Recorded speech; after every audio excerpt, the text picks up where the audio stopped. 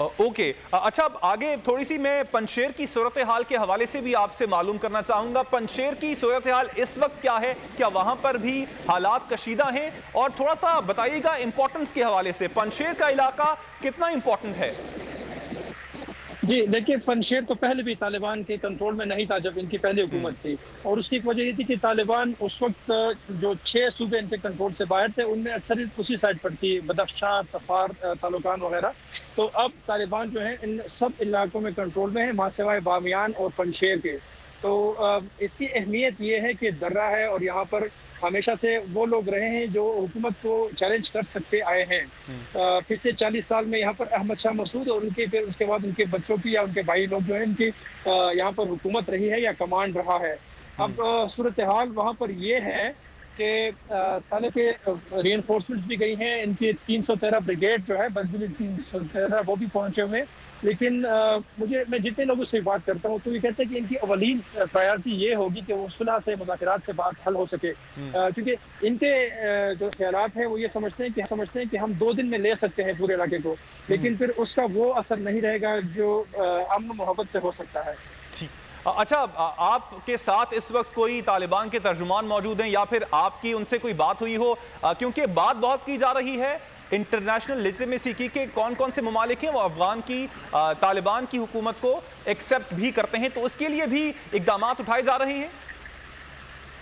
जी, उसमें बहुत कोशिशें हो रही हैं, अगरचे तालिबान मसरूफ़ हैं अपने इस हुकूमत साजी में, और इनको ट्रेस आउट करना बहुत मुश्किल हो गया पिछले 2-3 दिन में। हम कल से ज़बील खुजाइद साहब से मिलने की कोशिश कर रहे हैं, लेकिन हो नहीं पा रही मुलाकात, इतने वो इंतहाई मसरूफ़ हैं। इस वक्त हमारे साथ एक इनके हैं इत्तलाआत के एक साथी हैं, मैं कोशिश करता हूँ उनको ट्रेस आउट करने की। मैं कैमरा से थोड़ा हट रहूँगा क्योंकि वो कहीं निकल गए हमारे हाथ से, लेकिन वो राजी हो गए।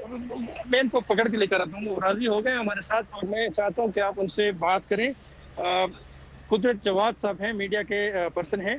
जवाद साहब को हम वेलकम करते हैं। जवाद साहब, आपसे पूछना चाहेंगे। बहुत शुक्रिया सर आपके वक्त का। अच्छा सर, मुझे बताइएगा लेजिटिमेसी के हवाले से इस वक्त जो तालिबान की हुकूमत है इंटरनेशनल लेजिटिमेसी हासिल करने के लिए क्या क्या इकदाम कर रही है, साथ साथ जो डोमेस्टिक लेजिटिमेसी है उस पर भी बहुत से सवालात उठाए जा रहे हैं, और यह कहा जा रहा है कि काबुल तक तो हालात सही हैं, लेकिन जो दूर दराज के इलाके हैं वहां पर एमनेस्टी जो दी गई है तालिबान की जानिब से, उस पर कैसे अमल दरामद होगा?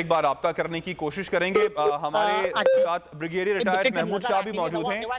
ब्रिगेडियर साहब,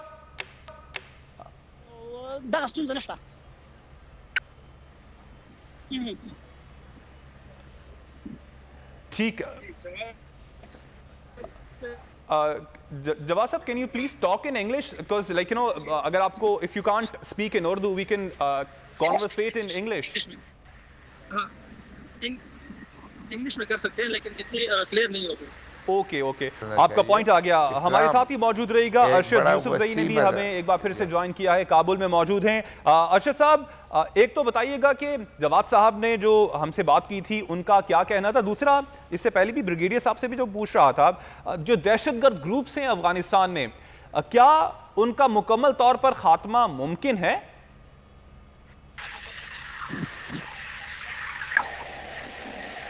आपकी आवाज कट रही है और जवाब सब जो पहले बात कर रहे थे तो उसमें एक इम्पॉर्टेंट इन्होंने एस्पेक्ट ये बताया इमदाद के हवाले से कि आज भी 2 तैयारे आए थे काबुल एयरपोर्ट में। इनफैक्ट अभी जब आपकी क्लास ने टेक ऑफ किया है और ये अभी भी एयरपोर्ट के ऊपर से इसने चक्कर लगाकर ये वापस गया है। तो एक तो ये कि इमदादी अशिया वो बता रहे हैं कि आई है आज और ये सिलसिला शुरू हो गया है, जवाद साहब का ये कहना है। और दूसरी बात जवाद साहब से हम पूछते हैं, जवाद साहब क्या अफगानिस्तान की सरजमीन अब अपने पड़ोसी ममालिक के खिलाफ इस्तेमाल की जा सकती है या जो यहाँ पर अनास है उनके खिलाफ कार्रवाई करवा?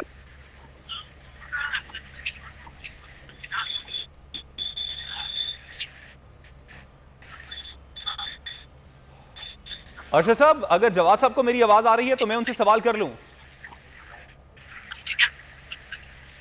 जी जी जी, जवाद साहब तो सवाल पे। जवाद साहब, if you can hear me, I wanted to ask, will Taliban be able to eradicate all those terrorist groups that are working in Afghanistan?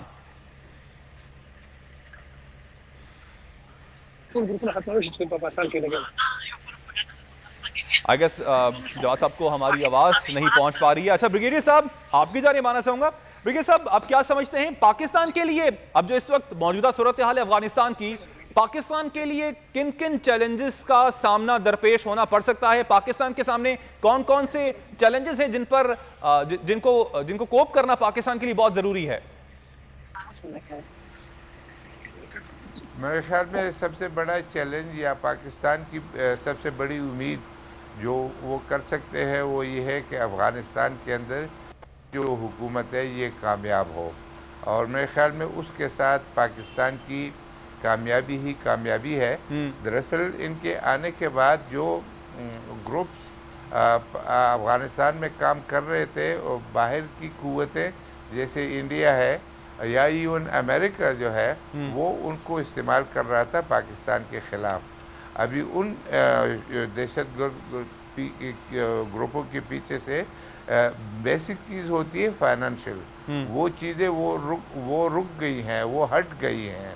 तो ये जो जितने भी लोग हैं, चाहे आप टीटीपी की बात करें, टीटीपी एक क्रिमिनल सिंडिकेट है, ये मुजरिम लोग हैं, ये अपने ही मुल्क के ख़िलाफ़ किसी और के कहने के ऊपर या पैसों के ऊपर काम करने के लिए तैयार हैं।